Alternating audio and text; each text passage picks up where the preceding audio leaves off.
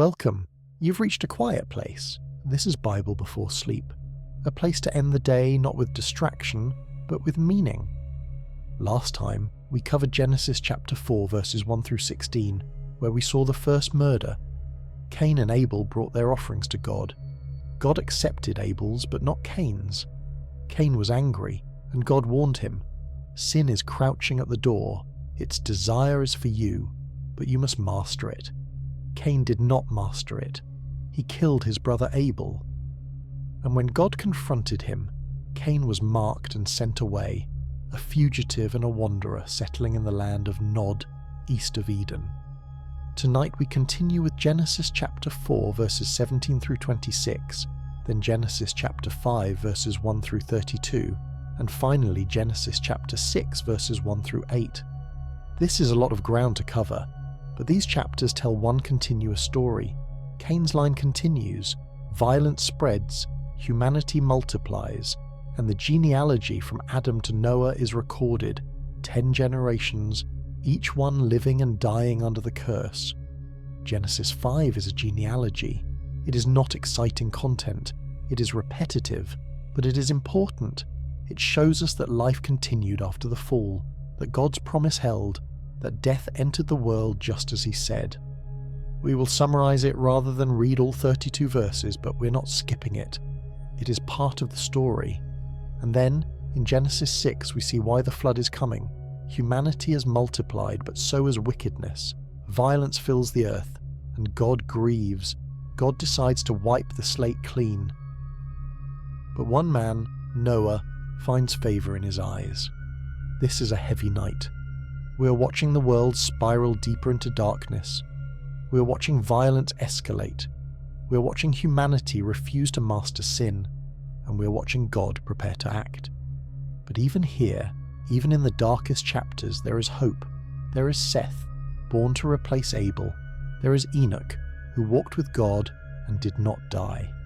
And there is Noah, whose name means rest, who will be the turning point. So tonight, we read. We see how the world descended from murder to flood, and we ask what it means for us. Let's begin. Let me read Genesis chapter 4 verses 17 through 26. Cain knew his wife, and she conceived and bore Enoch, and he built a city and named it Enoch after his son Enoch. To Enoch was born Irad, and Irad was the father of Mehujael, and Mehujael the father of Methushael, and Methushael the father of Lamech. Lamech took 2 wives. The name of the one was Ada, and the name of the other Zillah. Ada bore Jabal. He was the ancestor of those who live in tents and have livestock. His brother's name was Jubal. He was the ancestor of all those who play the lyre and pipe. Zillah bore Tubal-Cain, who made all kinds of bronze and iron tools. The sister of Tubal-Cain was Naamah. Lamech said to his wives, "Ada and Zillah, hear my voice. You wives of Lamech, listen to what I say. I have killed a man for wounding me, a young man for striking me. If Cain is avenged 7-fold, truly Lamech 77-fold. Adam knew his wife again, and she bore a son and named him Seth, for she said, God has appointed for me another child instead of Abel, because Cain killed him. To Seth also a son was born, and he named him Enoch. At that time people began to invoke the name of the Lord." End of reading.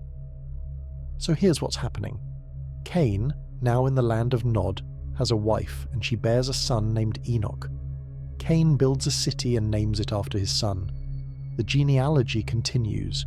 Enoch has Irad, Irad has Mehujael, Mehujael has Methushael, Methushael has Lamech. Lamech takes 2 wives, Ada and Zillah.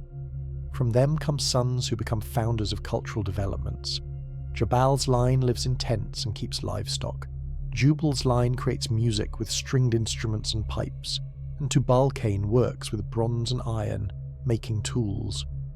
Then Lamech speaks to his wives and declares that he killed a man for wounding him.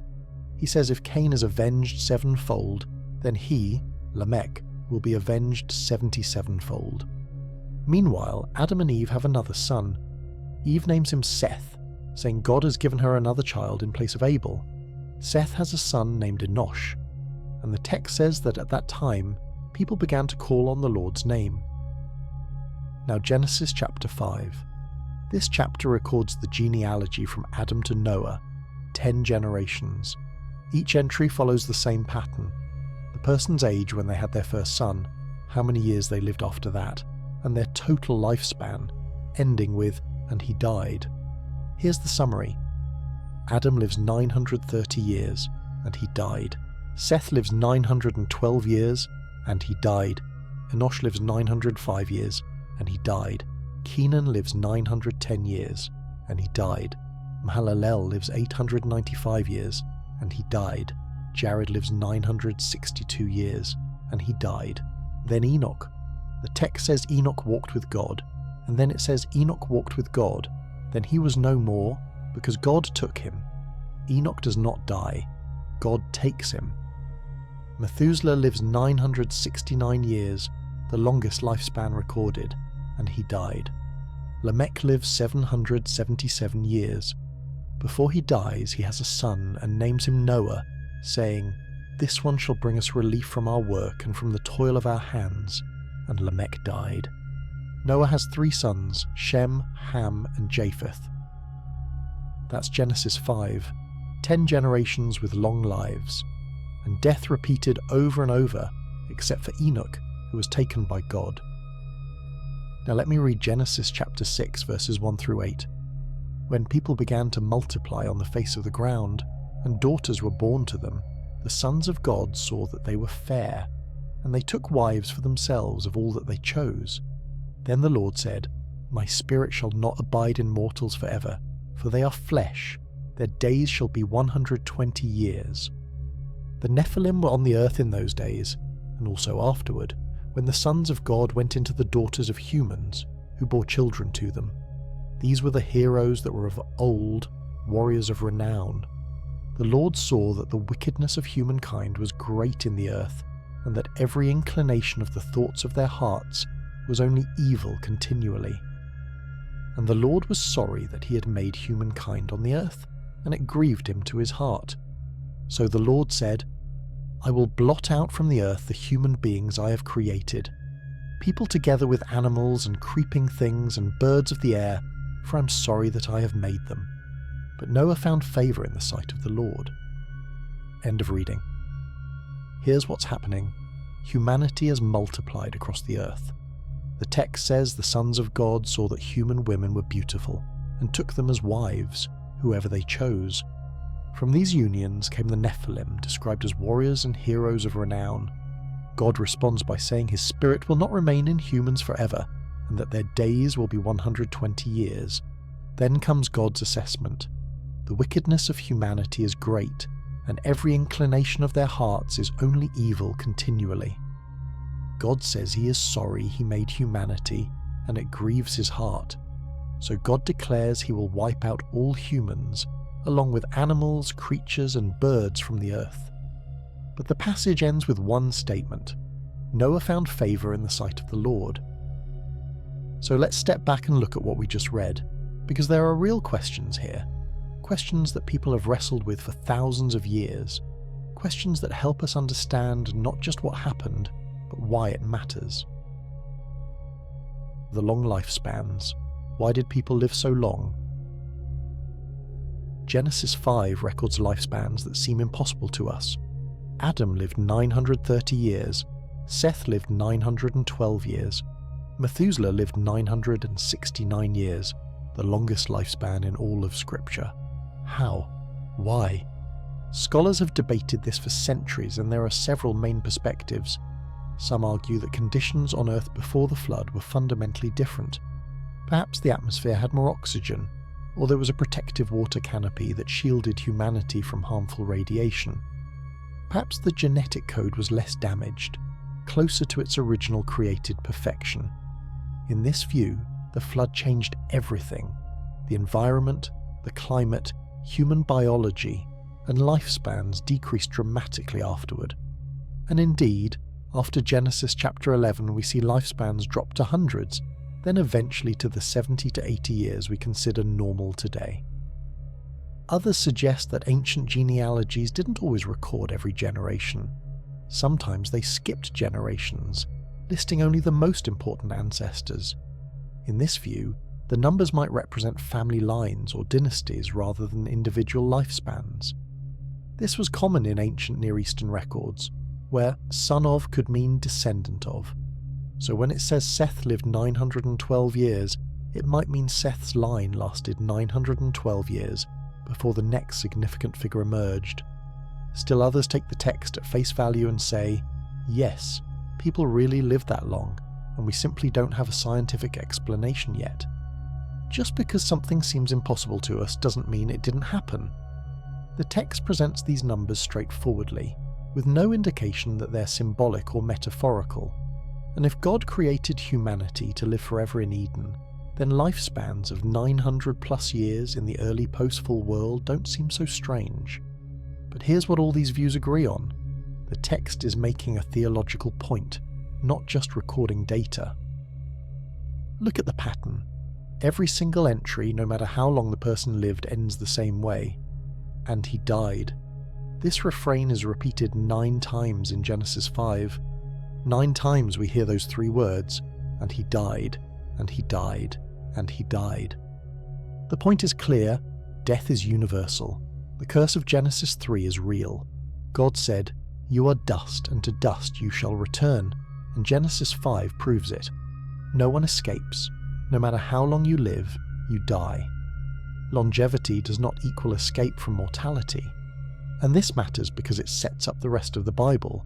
Death is the enemy, death is the problem, and eventually God will have to do something about it. The gospel is coming, resurrection is coming, but first we have to understand that death reigns, and Genesis 5 hammers that home with brutal repetition. But then there's Enoch, and Enoch breaks the pattern. Enoch walked with God, then he was no more because God took him. No death, no, and he died. Just, God took him. What does this mean? The phrase walked with God appears only twice in Genesis, here with Enoch and later with Noah. It's not casual language, it's intimate language. Walking implies companionship, ongoing relationship, daily closeness. Enoch didn't just believe in God, he didn't just worship God occasionally, he walked with God, day after day, year after year. For 365 years, the text says, Enoch walked with God, and then God took him. The Hebrew word suggests being taken up, transported, removed from this world. Later Jewish tradition would say that Enoch was taken to heaven without dying. The New Testament book of Hebrews confirms this. By faith, Enoch was taken up so that he did not experience death, and he was not found because God had taken him. For it was attested before he was taken away that he had pleased God. Scholars see this as a preview, a glimpse of what's possible. Enoch proves that death is not the only outcome, that intimacy with God changes everything, that there is a way to escape the curse, not by human effort, but by walking with God so closely that he brings you home. This foreshadows what's coming. Enoch points forward to Elijah, who will also be taken up to heaven without dying, and both of them point forward to Jesus, who will conquer death itself and open the way for all who walk with God to escape the grave permanently. But notice, Enoch is the exception, 1 man out of 9 in this genealogy. The rest, and he died, and he died, and he died. Walking with God is rare. Intimacy with God is rare. Most people drift. Most people live and die under the curse. But it doesn't have to be that way. Enoch proves it. The sons of God, who are they? Now Genesis 6. The sons of God saw that the daughters of humans were fair, and they took wives for themselves of all that they chose. And from these unions came the Nephilim, warriors of renown, heroes of old. This is one of the most mysterious and debated passages in all of Scripture. Who are the sons of God? What are the Nephilim? And why does this matter? There are 3 main scholarly interpretations, and each has significant support. View 1. The sons of God were fallen angels. This is the oldest interpretation, held by many early Jewish scholars and early Christian writers. The argument goes like this. In the Old Testament, sons of God usually refers to angelic beings. Job 1:6 says, "The sons of God came to present themselves before the Lord." Job 38:7 says the sons of God shouted for joy at creation. These are clearly angels. So when Genesis 6 uses the same phrase, it likely means the same thing: spiritual beings. In this view, certain angels rebelled against God, took human form, and had sexual relations with human women. The offspring were the Nephilim, hybrids, part human, part angelic, resulting in beings of extraordinary size and strength. This would explain why they're called warriors of renown, and why their presence correlates with the explosion of wickedness in Genesis 6. Later, the New Testament seems to reference this. Peter 2:4 says, "God did not spare the angels when they sinned, but cast them into hell and committed them to chains of deepest darkness." Jude 6 says certain angels did not keep their own position, but left their proper dwelling. Some scholars argue these verses are talking about the Genesis 6 event, angels who crossed a forbidden boundary and were judged for it. View 2. The sons of God were the godly line of Seth mixing with the ungodly line of Cain. This view became popular in the early church, partly to avoid the weirdness of angels having sex with humans. The argument is this: Genesis 4 just showed us two lines emerging: Cain's line, which built cities and boasted of violence, and Seth's line, which called on the name of the Lord. The sons of God are the descendants of Seth, the godly line. The daughters of humans are the descendants of Cain, the ungodly line. The sin in this view is not angelic human intermarriage, but the mixing of righteousness and wickedness. The godly line compromised. They saw that the ungodly women were beautiful, and they took them as wives, abandoning their spiritual heritage for physical attraction. And the result was a generation that had no spiritual foundation. Powerful, impressive warriors, but totally corrupt. This interpretation emphasizes that the problem in Genesis 6 is not supernatural weirdness, but spiritual compromise. God's people intermarrying with those who reject God, and the result is always the same: spiritual decay. View 3. The sons of God were powerful human rulers. This view argues that sons of God can mean people in positions of authority and power. Kings, judges, rulers who claim divine right or divine descent. In this view, the sin is tyranny. Powerful men taking whatever women they wanted, building harems, asserting dominance. The Nephilim are not supernatural beings, but the children of these powerful rulers, raised with privilege, trained in warfare, becoming the warrior elite of their generation. This view emphasizes the human side of wickedness. You don't need fallen angels to explain evil. Humans are quite capable of corruption on their own. Genesis 6 is showing us what happens when power is unchecked, when might makes right, when the strong dominate the weak. So which view is correct? Scholars still debate. The text doesn't give us absolute clarity. But here's what all three views agree on. Boundaries were crossed. Something that should not have happened, happened. Whether it was spiritual beings violating their nature, or godly people compromising their calling, or powerful people abusing their power, the result was the same. Wickedness exploded, violence filled the earth, and God said, "Enough." And then comes one of the most profound and troubling verses in Scripture. The Lord was sorry that he had made humankind on the earth, and it grieved him to his heart. God is sorry. God grieves. What does this mean? This has troubled theologians for centuries because it seems to suggest that God made a mistake, that God regrets his decision, that God changes his mind. But doesn't the Bible also say that God is unchanging, that he knows the end from the beginning, that his purposes cannot be thwarted? There are two main ways scholars have approached this tension. Approach 1. This is anthropomorphic language, God speaking in human terms so we can understand. In this view, God doesn't literally regret in the way we do, because God knew from the beginning what humanity would become. He's not surprised. He didn't make a mistake, but he's using human language of regret and grief, to communicate something true about his emotional response to sin. He's saying, This is not what I wanted. This breaks my heart. I take no pleasure in judging humanity. Think of it like this. A parent knows their child will make mistakes. They know disobedience is coming, but when it happens, they still grieve. They still feel the pain of it. They still say, I wish this hadn't happened. Not because they didn't know it was coming, but because they genuinely hate seeing their child suffer the consequences of rebellion. In this view, God's grief is real, but it doesn't mean God was caught off guard or that he regrets creating us. It means he genuinely hates sin.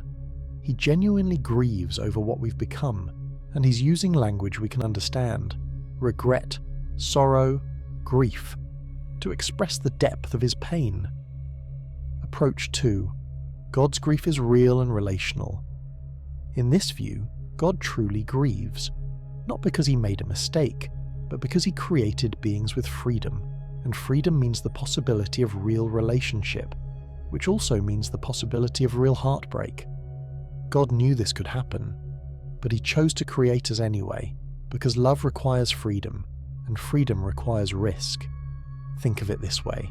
When you have a child, you know they might reject you. You know they might break your heart. But you have them anyway, because the potential for love is worth the risk of heartbreak. God is the same.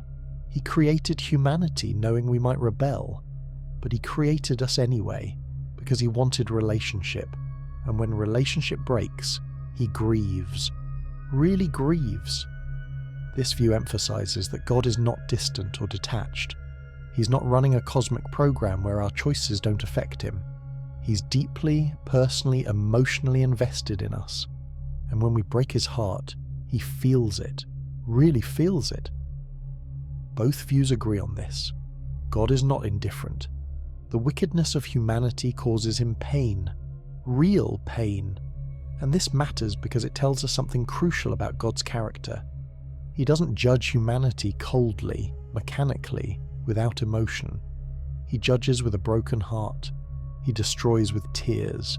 He wipes the earth clean while grieving over what has been lost. And what has been lost is staggering. Look at God's assessment. The wickedness of humankind was great in the earth, and every inclination of the thoughts of their hearts was only evil continually.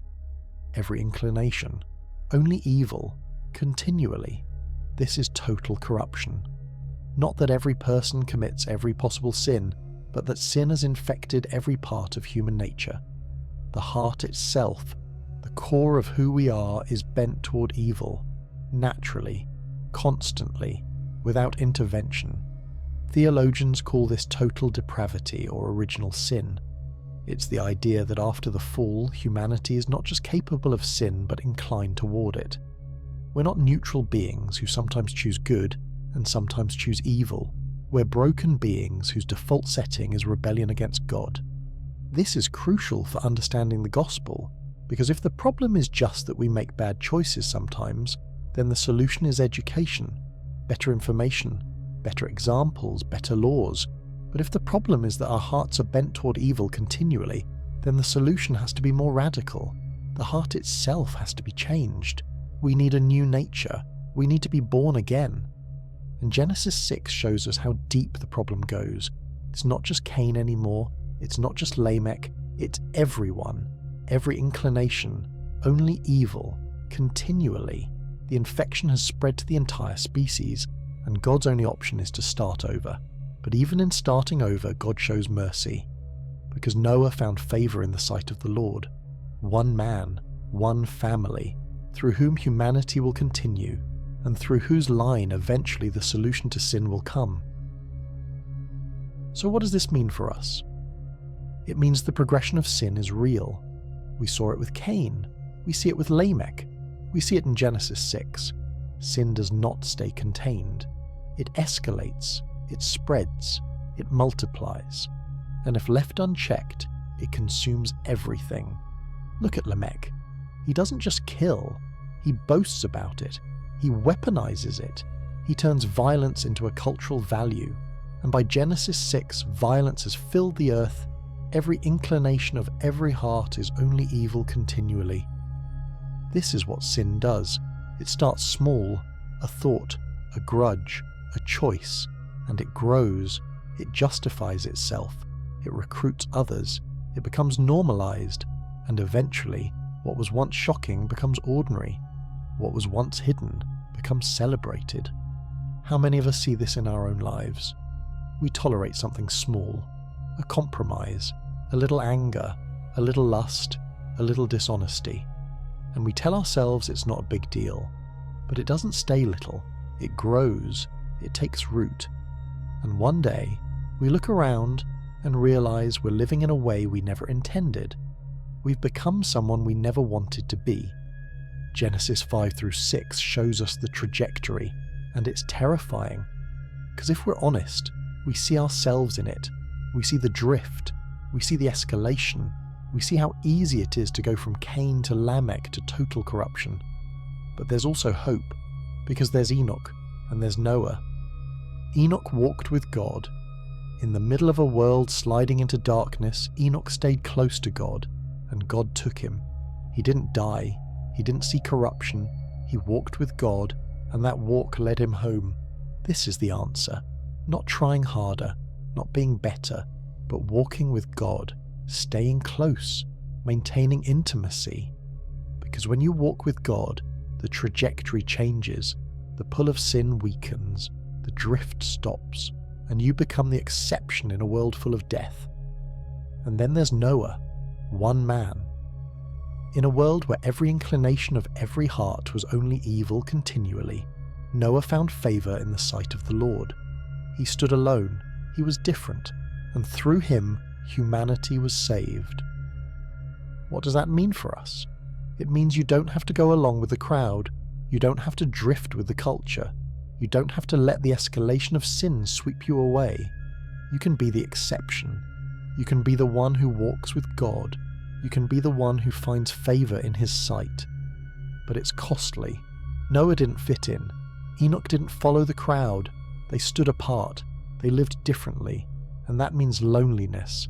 That means being misunderstood. That means going against the flow. But it also means life. Real life. Life that doesn't end in and he died.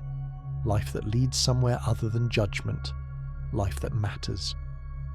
So if you're lying here tonight feeling the pull of sin, feeling the drift, feeling like you're sliding into darkness, Genesis 5-6 have something to say to you.